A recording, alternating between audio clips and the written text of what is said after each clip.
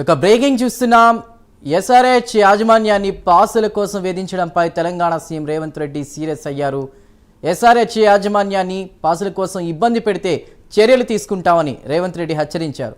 పాసుల వ్యవహారంపై సీఎంఓ కార్యాలయం వివరాలు సేకరించింది. ఇప్పటికే పాసుల వ్యవహారం హెచ్సిఏ బెదిరింపులపై ఎస్ఆర్హెచ్ లేఖ రాసింది. వేరే చోటుకు వెళ్లిపోతామని లేఖలో పేర్కొంది. పాసుల విషయంలో బెదిరించిన అంశంపై విజిలెన్స్ ఎంక్వైరీకి ప్రభుత్వం ఆదేశించింది. విచారణ జరపాలని విజిలెన్స్ డీజీ కొత్తకోట శ్రీనివాస్ రెడ్డిని ఆదేశించింది.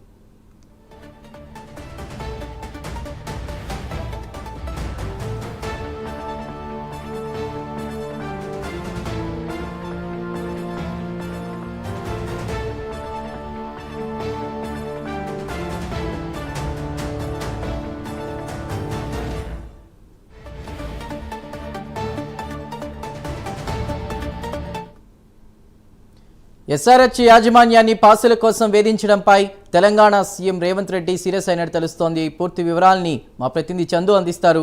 చందు హెచ్సిఏ వివాదంపై సీఎం రేవంత్ రెడ్డి సీరియస్ అయ్యారు. ముఖ్యంగా ఎస్ఆర్హెచ్ యాజమాన్యాన్ని వేధించడానికి చేసి పాసులు అడిగిన విషయంపై వివరాలు కూడా సేకరించారు. విజిలెన్స్ విచారణ కూడా ఆదేశించాలని తెలుస్తుంది. విచారణ జరపాలని ఇప్పటికే విజిలెన్స్ డీజీ కొత్తకోట శ్రీనివాస్ రెడ్డికి ఆదేశాలు కూడా సీఎం ఇచ్చినట్టు మరి కాసేపట్లో ఉత్తర్వులు కూడా జారీ అవుతాయి.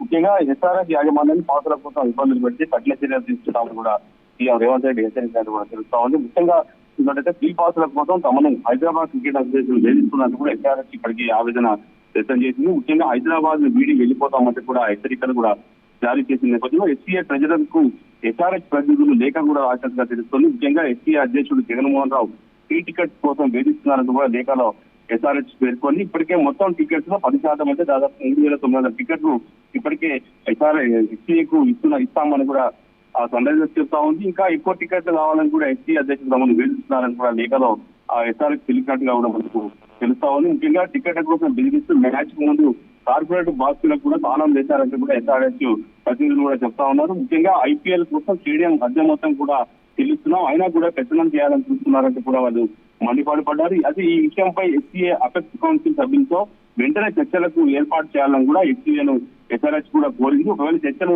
సఫలం కాకపోతే బీసీసీఐతో చర్చించి వేదికను కూడా మార్చుకుంటామని కూడా చెప్తోంది. ఇదే కనుక జరిగితే కొంత హైదరాబాద్ బ్రాండ్ ఇమేజ్ కూడా దెబ్బతీలే అవకాశం ఉన్నది. ఈ నేపథ్యంలోనే సీఎం రేవంత్ రెడ్డి ఈ అంశంపై సీరియస్ అయినట్టుగా కూడా తెలుస్తోంది. అయితే ముఖ్యంగా ఎస్సీఏ కార్యాలయం అనేది దీన్ని పూర్తిగా ఖండిస్తా ఉంది.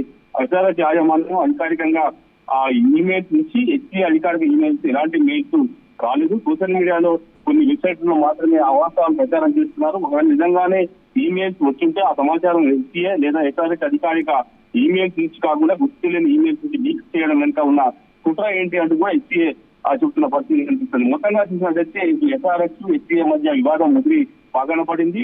ఈ నేపథ్యంలో తదుపరి ఏప్రిల్ 6వ తారీఖు నాడు హైదరాబాద్ స్టేడియంలో సన్ రైజర్స్ మ్యాచ్ కూడా ఉంది. ఈ నేపథ్యంలో వివాదం జరుగుతున్న క్రమంలో ఆ మ్యాచ్ పై నీడైతే కమ్ముకున్నట్టుగా కూడా మనకు తెలుస్తా ఉంది. అయితే ఈ నేపథ్యంలోనే హైదరాబాద్ బ్రాండ్ ఇమేజ్ కు ఎలాంటి ఇబ్బంది కలగకుండా ఎస్ఆర్హెచ్ యాజమాన్యానికి మద్దతుగా తెలంగాణ ప్రభుత్వం వ్యవహరిస్తున్నట్టు కూడా మనకు తెలుస్తా ఉంది. ఎందుకంటే ఇప్పటికే ఎస్సీఏపై గత కొంతకాలంగా ఆరోపణలు అయితే వినిపిస్తున్న క్రమంలో ఖచ్చితంగా ఈ అంశంపై సీరియస్ గానే ఉండాలని కూడా ప్రభుత్వం నిర్ణయించిన క్రమంలోనే సీఎం రేవంత్ రెడ్డి దీనిపై సమీక్ష నిర్వహించి చాలా సీరియస్ గా ఉన్నట్టు కూడా తెలుస్తా ఉంది. చందు.